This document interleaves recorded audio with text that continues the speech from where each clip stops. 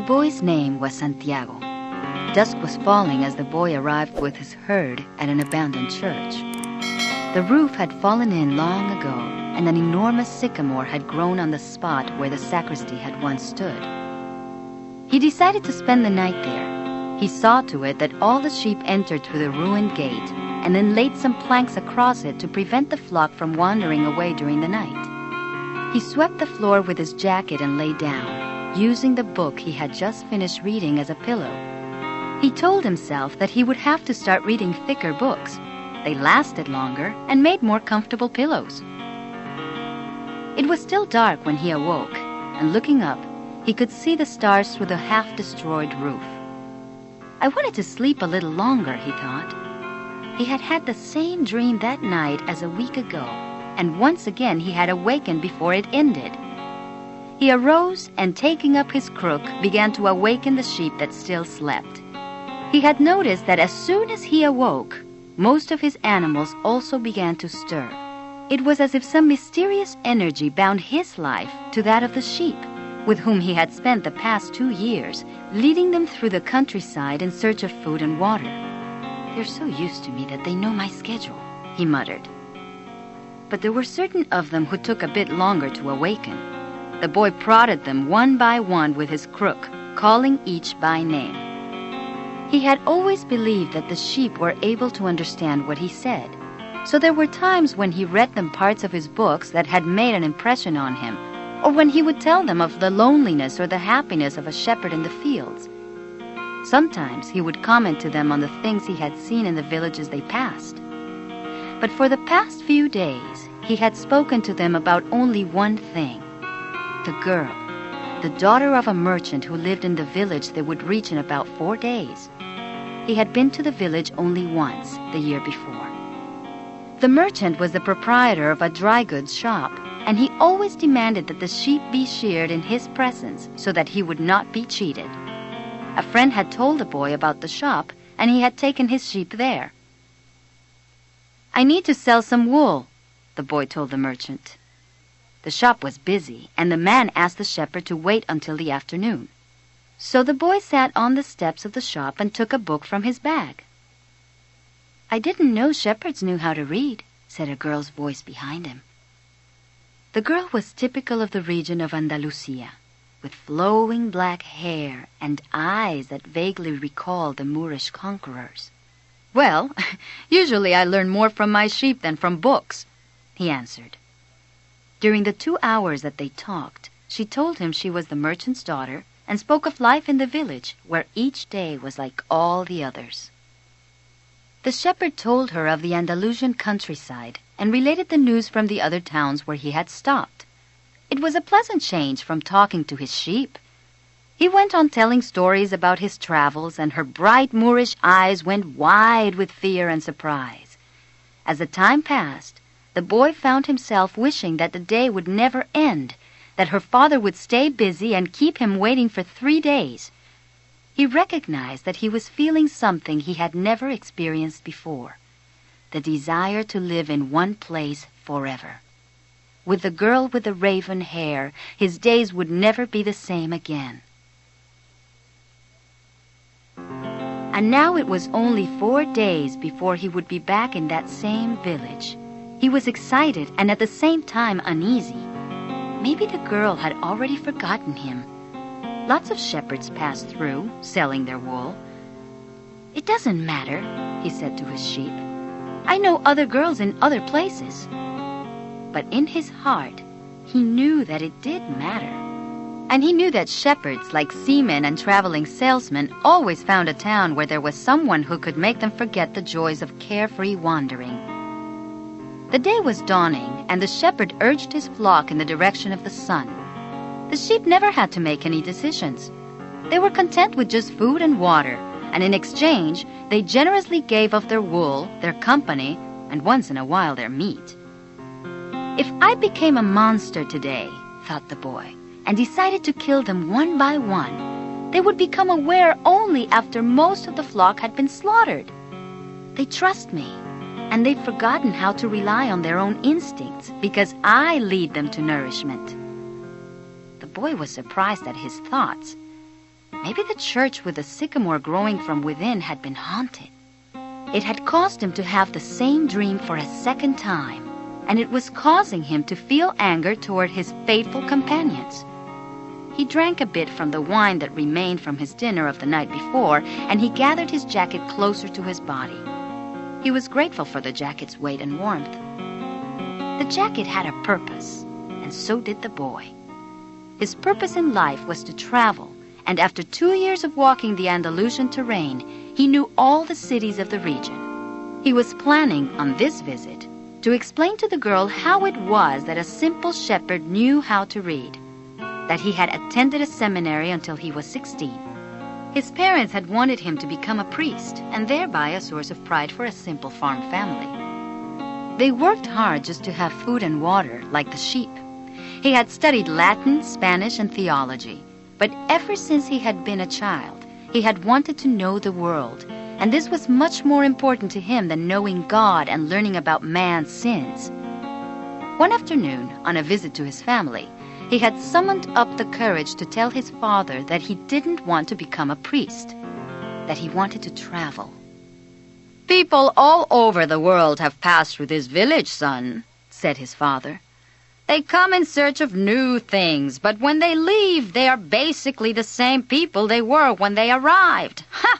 They climb the mountain to see the castle, and they wind up thinking that the past was better than what we have now." "But I'd like to see the castles in the towns where they live," the boy explained. "Those people, when they see our land, say that they would like to live here forever," his father pointed out. "Well, I'd like to see their land and see how they live," said his son. "The people who come here have a lot of money to spend, so they can afford to travel," his father said. "Amongst us, the only ones who travel are the shepherds." "Well, then I'll be a shepherd." His father said no more. The next day, he gave his son a pouch that held 3 ancient Spanish gold coins. "I found these one day in the fields. I wanted them to be a part of your inheritance. But use them to buy your flock. Take to the fields, and someday you'll learn that our countryside is the best, and our women the most beautiful." And he gave the boy his blessing. The boy could see in his father's gaze a desire to be able, himself, to travel the world. A desire that was still alive despite his father's having had to bury it over dozens of years under the burden of struggling for water to drink, food to eat, and the same place to sleep every night of his life.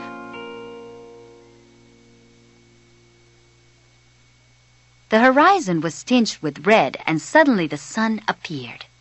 The boy thought back to that conversation with his father and felt happy. He had already seen many castles and met many women, but none the equal of the one who awaited him several days hence. "It's the possibility of having a dream come true that makes life interesting," he thought, as he looked again at the position of the sun and hurried his pace. He had suddenly remembered that in Tarifa there was an old woman who interpreted dreams. The old woman led the boy to a room at the back of her house. The woman sat down and told him to be seated as well. Then she took both of his hands in hers. "Very interesting," she said, never taking her eyes from the boy's hands. And then she fell silent. "I didn't come here to have you read my palm," he said, already regretting having come.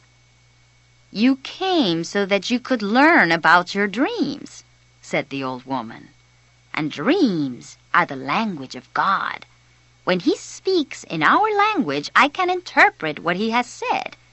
But if he speaks in the language of the soul, it is only you who can understand. But whichever it is, I'm going to charge you for the consultation." A trick, the boy thought. But he decided to take a chance. A shepherd always takes his chances with wolves and with drought, and that's what makes a shepherd's life exciting. "I have had the same dream twice," he said.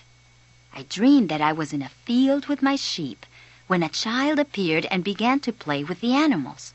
And suddenly, the child took me by the hand and transported me to the Egyptian pyramids. Then, at the Egyptian pyramids, he said the last 3 words slowly so that the old woman would understand.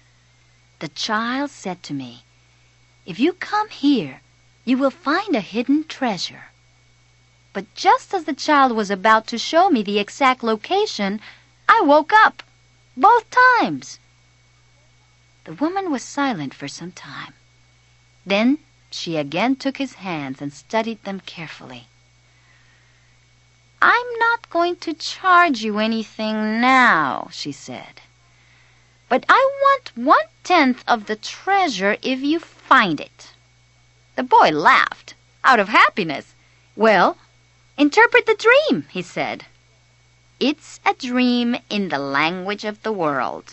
I can interpret it, but the interpretation is very difficult. That's why I feel that I deserve a part of what you find. This is my interpretation.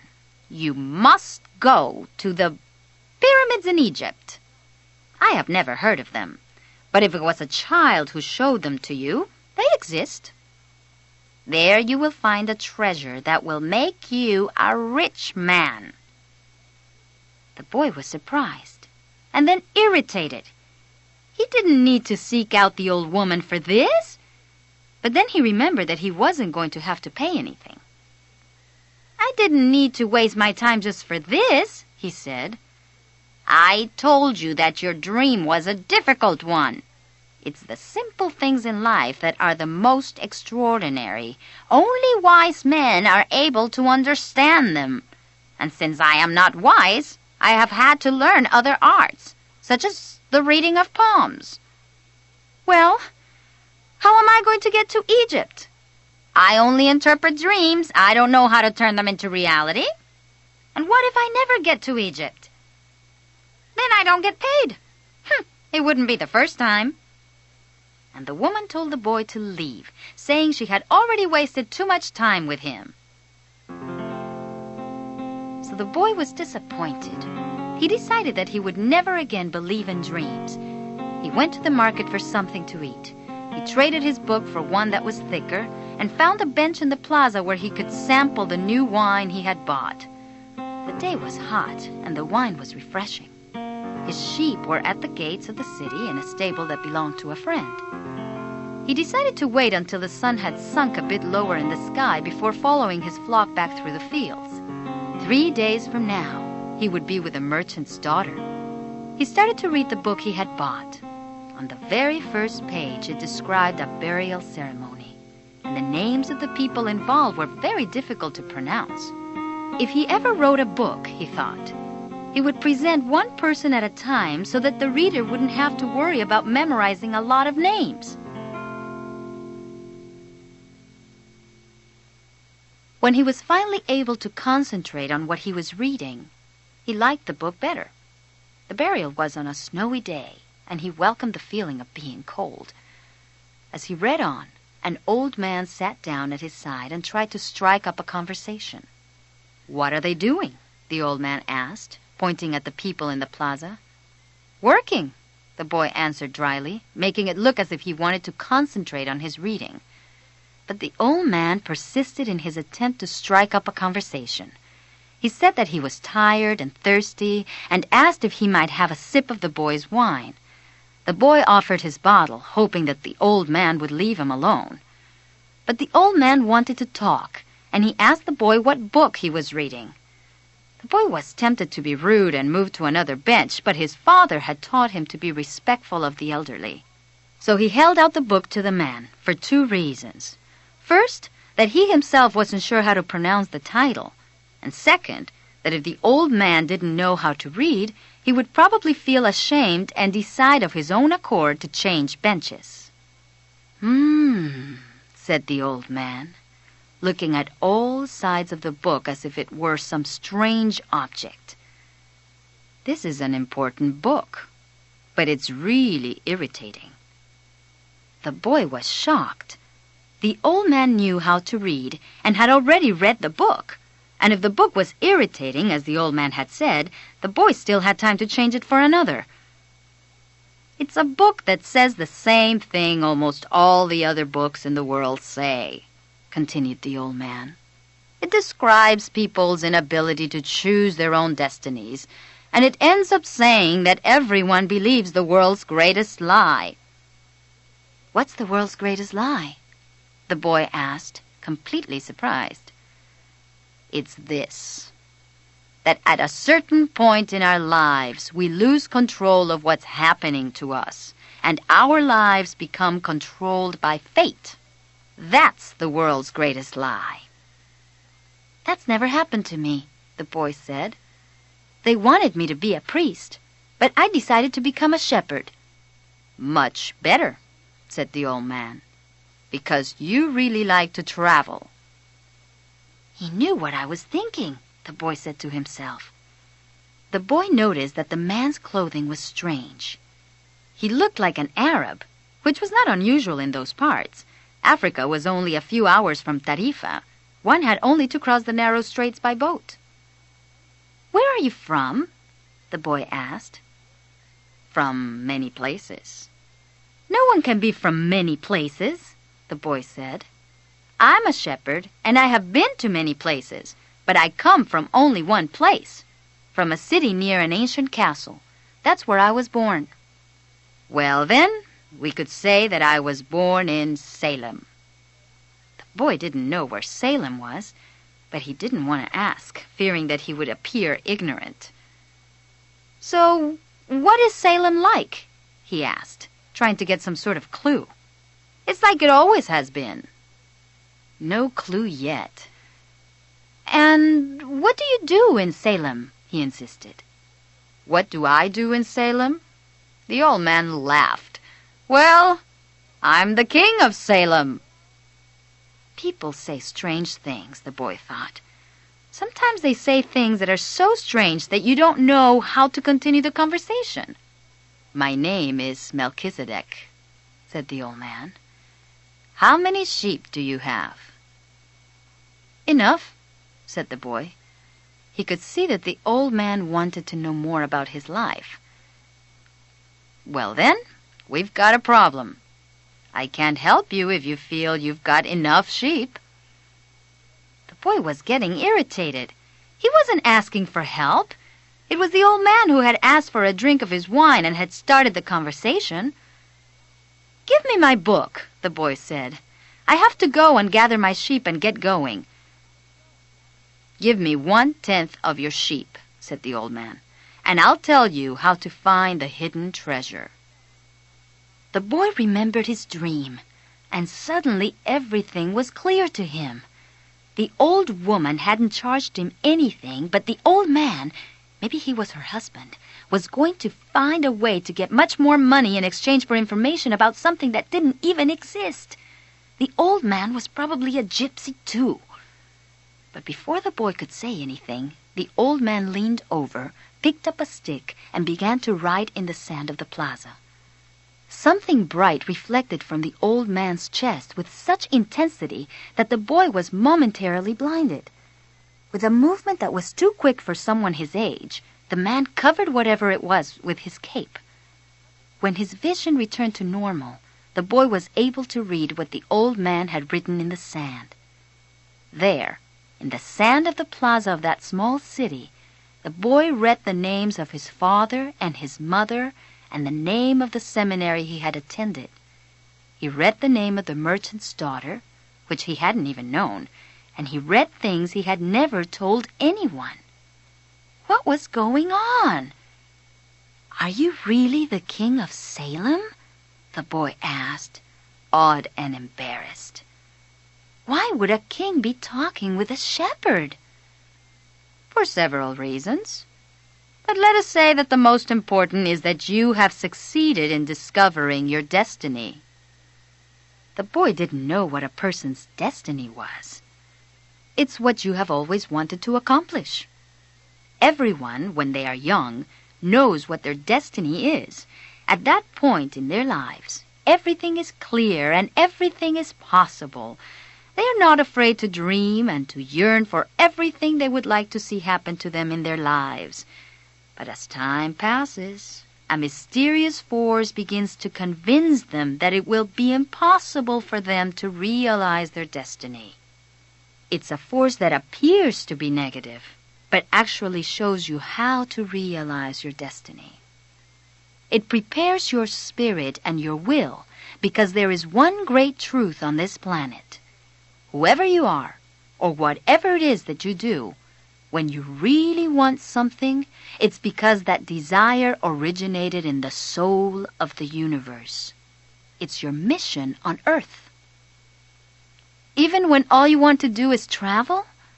Or marry the daughter of a textile merchant? Yes.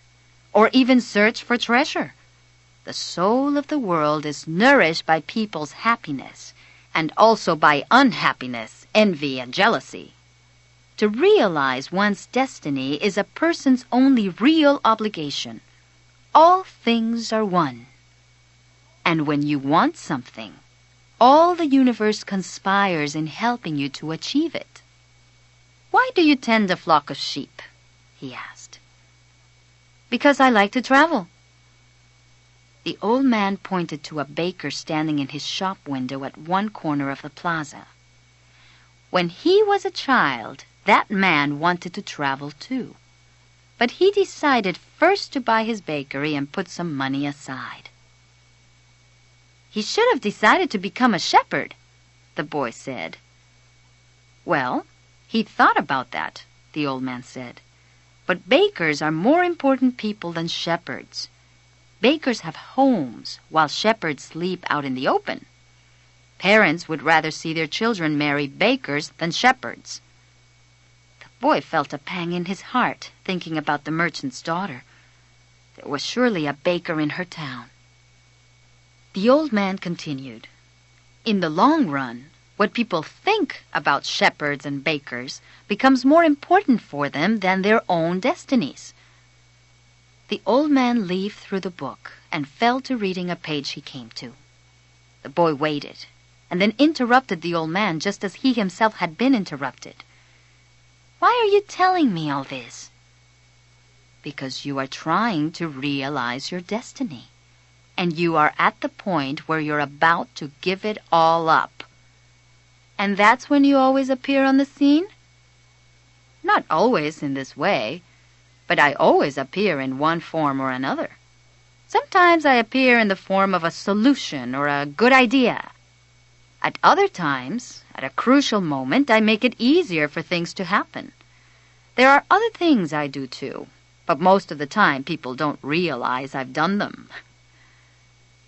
The boy reminded the old man that he had said something about hidden treasure. "Treasure is uncovered by the force of flowing water, and it is buried by the same currents," said the old man. "If you want to learn about your own treasure, you will have to give me 1/10 of your flock." "What about 1/10 of my treasure?" The old man looked disappointed. "If you start out by promising what you don't even have yet, you'll lose your desire to work toward getting it." The boy told him that he had already promised to give 1/10 of his treasure to the gypsy. "Gypsies are experts at getting people to do that," sighed the old man. "In any case, it's good that you've learned that everything in life has its price. This is what the warriors of the light try to teach." The old man returned the book to the boy. "Tomorrow, at this same time, bring me 1/10 of your flock, and I will tell you how to find the hidden treasure. Good afternoon." And he vanished around the corner of the plaza. The boy began again to read his book, but he was no longer able to concentrate. He was tense and upset because he knew that the old man was right. He began to wander through the city and found himself at the gates. There was a small building there with a window at which people bought tickets to Africa. And he knew that Egypt was in Africa. "Can I help you?" asked the man behind the window. Maybe tomorrow," said the boy, moving away. If he sold just one of his sheep, he'd have enough to get to the other shore of the strait. The idea frightened him. While standing at the ticket window, the boy had remembered his flock and decided he should go back to being a shepherd. He decided to return to his friend's stable by the longest route possible. As he walked past the city's castle, he interrupted his return and climbed the stone ramp that led to the top of the wall. From there, he could see Africa in the distance. Someone had once told him that it was from there that the Moors had come, to occupy all of Spain. He could see almost the entire city from where he sat, including the plaza where he had talked with the old man. Curse the moment I met that old man, he thought. He had come to the town only to find a woman who could interpret his dream. Neither the woman nor the old man were at all impressed by the fact that he was a shepherd. They were solitary individuals who no longer believed in things and didn't understand that shepherds become attached to their sheep. He knew everything about each member of his flock. He knew which ones were lame, which one was to give birth 2 months from now, and which were the laziest. He knew how to shear them and how to slaughter them. If he ever decided to leave them, they would suffer. The wind began to pick up. He knew that wind. People called it the Levanter, because on it the Moors had come from the Levant at the eastern end of the Mediterranean. The Levanter increased in intensity. Here I am, between my flock and my treasure, the boy thought. He had to choose between something he had become accustomed to and something he wanted to have. There was also the merchant's daughter, but she wasn't as important as his flock because she didn't depend on him. Maybe she didn't even remember him. He was sure that it made no difference to her on which day he appeared. For her, every day was the same. And when each day is the same as the next, it's because people fail to recognize the good things that happen in their lives every day that the sun rises. The boy thought, I left my father, my mother, and the town castle behind. They have gotten used to my being away, and so have I. The sheep will get used to my not being there, too. The Levanter was still getting stronger, and he felt its force on his face. That wind had brought the Moors, yes, but it had also brought the smell of the desert and of veiled women. It had brought with it the sweat and the dreams of men who had once left to search for the unknown and for gold and adventure and for the pyramids.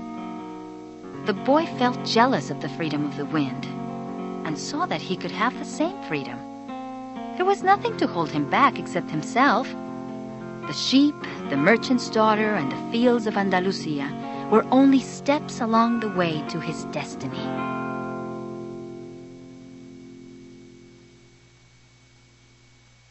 The next day, the boy met the old man at noon.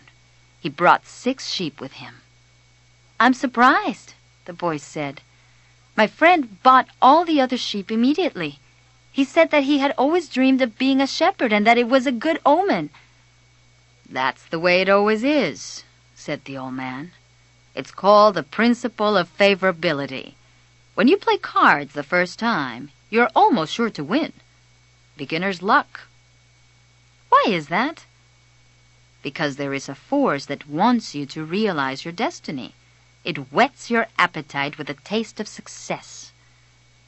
Where is the treasure? He asked.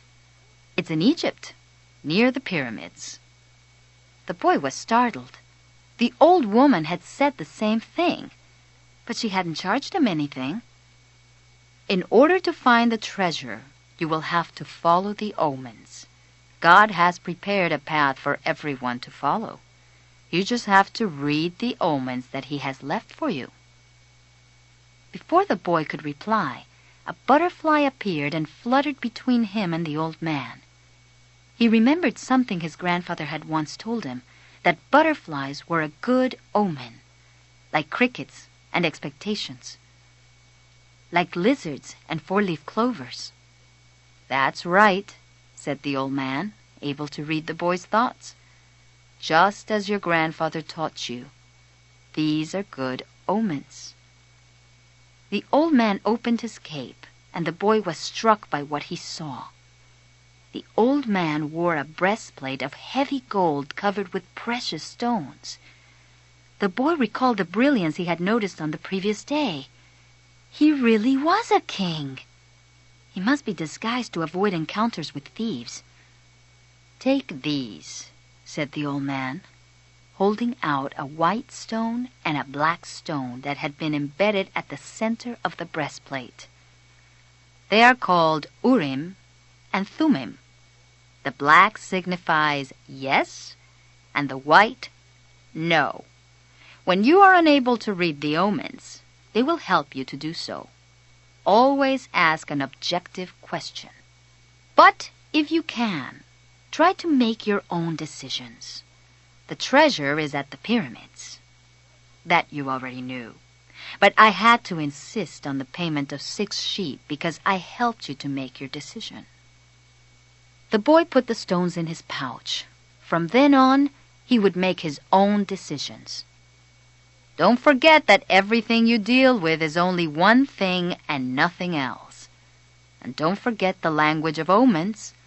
And above all, don't forget to follow your destiny through to its conclusion." The old man looked at the boy, and with his hands held together made several strange gestures over the boy's head. Then, taking his 6 sheep, he walked away. How strange Africa is, thought the boy. He was sitting in a bar very much like the other bars he had seen along the narrow streets of Tangier. Some men were smoking from a gigantic pipe that they passed from one to the other. In just a few hours, he had seen men walking hand in hand, women with their faces covered, and priests that climbed to the tops of towers and chanted as everyone about him went to their knees and placed their foreheads on the ground. A practice of infidels, he said to himself, feeling scared and terribly alone. The infidels had an evil look about them. Besides this, in the rush of his travels, he had forgotten a detail, just one detail, which could keep him from his treasure for a long time. Only Arabic was spoken in this country. The owner of the bar approached him, and the boy pointed to a drink that had been served at the next table. It turned out to be a bitter tea. The boy preferred wine. But he didn't need to worry about that right now. What he had to be concerned about was his treasure, and how he was going to go about getting it. The sale of his sheep had left him with enough money in his pouch, and the boy knew that in money there was magic. Whoever has money is never really alone. Before long, maybe in just a few days, he would be at the pyramids. An old man with a breastplate of gold wouldn't have lied just to acquire 6 sheep. The old man had spoken about signs and omens, and as the boy sipped his tea, he thought about omens. The tea seemed less bitter. "Who are you?" he heard a voice ask him in Spanish. The boy was relieved. He was thinking about omens, and someone had appeared. "How come you speak Spanish?" he asked. The new arrival was a young man in Western dress, but the color of his skin suggested he was from this city. He was about the same age and height as the boy. "Almost everyone here speaks Spanish," he said. "We're only 2 hours from Spain." The boy told him then that he needed to get to the pyramids. He almost began to tell about his treasure, but decided not to do so. If he did, it was possible that the Arab would want a part of it as payment for taking him there. He remembered what the old man had said about offering something you didn't even have yet. "I'd like you to take me to the pyramids if you can. I can pay you to serve as my guide."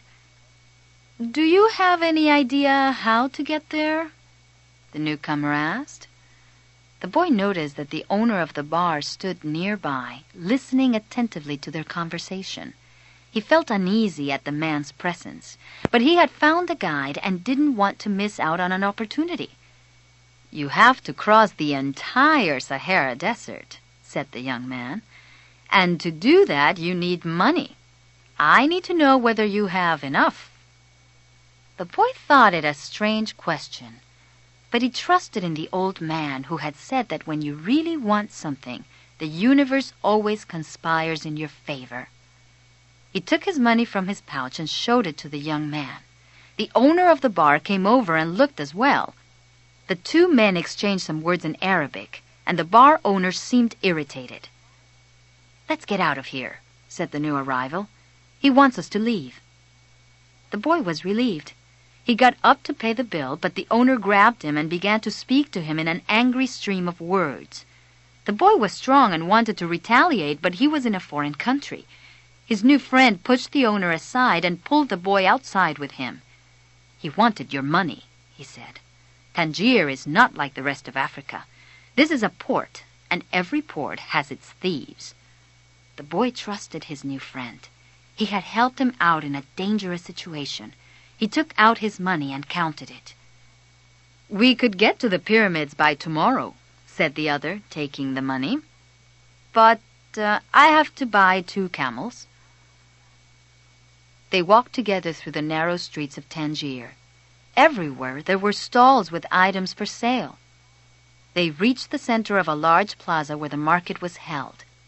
There were thousands of people there, arguing, selling, and buying. There were vegetables for sale amongst daggers and carpets displayed alongside tobacco. But the boy never took his eye off his new friend. After all, he had all his money. He thought about asking him to give it back, but decided that would be unfriendly. He knew nothing about the customs of the strange land he was in. "I'll just watch him," he said to himself. He knew he was stronger than his new friend. Suddenly, there in the midst of all that confusion, the boy saw the most beautiful sword he had ever seen. The scabbard was embossed in silver, and the handle was black and encrusted with precious stones. The boy promised himself that when he returned from Egypt, he would buy that sword. "Ask the owner of that stall how much the sword costs," he said to his friend. Then he realized that he had been distracted for a few moments looking at the sword. His heart squeezed as if his chest had suddenly compressed it. All around him was the market, with people coming and going, shouting and buying, and the aroma of strange foods. But nowhere could he find his new companion. The boy wanted to believe that his friend had simply become separated from him by accident. He decided to stay right there and await his return. As he waited, a priest climbed to the top of a nearby tower and began his chant. Everyone in the market fell to their knees, touched their foreheads to the ground, and took up the chant. Then, like a colony of worker ants, they dismantled their stalls and left. The sun began its departure as well. The boy watched it through its trajectory for some time until it was hidden behind the white houses surrounding the plaza. He recalled that when the sun had risen that morning, he was on another continent, still a shepherd with his 60 sheep and looking forward to meeting with a girl. That morning he had known everything that was going to happen to him as he walked through the familiar fields. But now, as the sun began to set, he was in a different country. A stranger in a strange land where he couldn't even speak the language. He was no longer a shepherd, and he had nothing, not even the money to return and start everything over. All this happened between sunrise and sunset, the boy thought.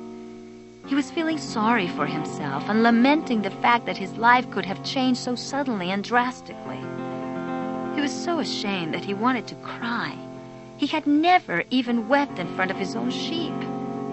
The marketplace was empty, and he was far from home, so he wept.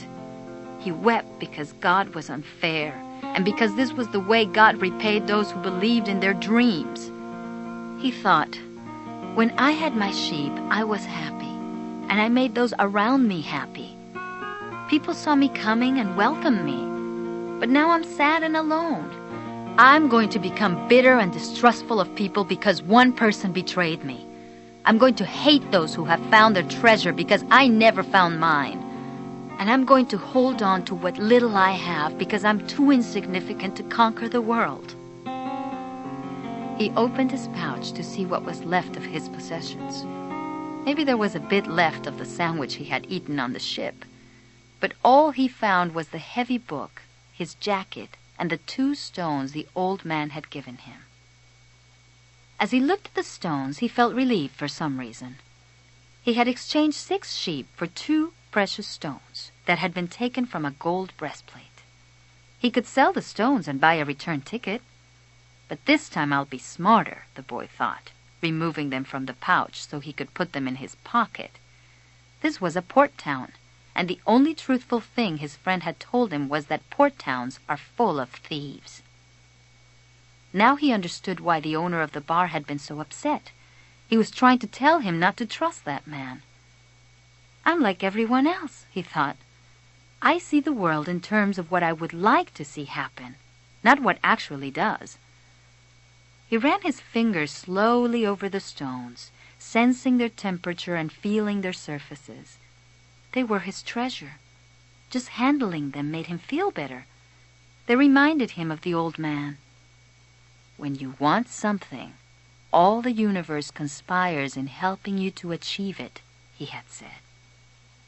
The boy was trying to understand the truth of what the old man had said. There he was in the empty marketplace, without a cent to his name and with not a sheep to guard through the night. But the stones were proof that he had met with a king who knew of the boy's past. They're called Urim and Thummim, and they can help you to read the omens. The boy put the stones back in the pouch and decided to do an experiment. The old man had said to ask very clear questions, and to do that the boy had to know what he wanted. So he asked if the old man's blessing was still with him. He took out one of the stones. It was yes. Am I going to find my treasure? He asked. He stuck his hand into the pouch and felt around for one of the stones. As he did so, both of them pushed through a hole in the pouch and fell to the ground. The boy had never even noticed that there was a hole in the pouch. He knelt down to find Urim and Thummim and put them back in the pouch. But as he saw them lying there on the ground, another phrase came to his mind. Learn to recognize omens and follow them, the old king had said. An omen! The boy smiled to himself. He picked up the 2 stones and put them back in his pouch. He didn't consider mending the hole. The stones could fall through any time they wanted. He had learned that there were certain things one shouldn't ask about, so as not to flee from one's own destiny. I promised that I would make my own decisions, he said to himself. But the stones had told him that the old man was still with him, and that made him feel more confident. He looked around at the empty plaza again, feeling less desperate than before. This wasn't a strange place. It was a new one. He realized that he had to choose between thinking of himself as the poor victim of a thief and as an adventurer in quest of his treasure. I'm an adventurer looking for treasure, he said to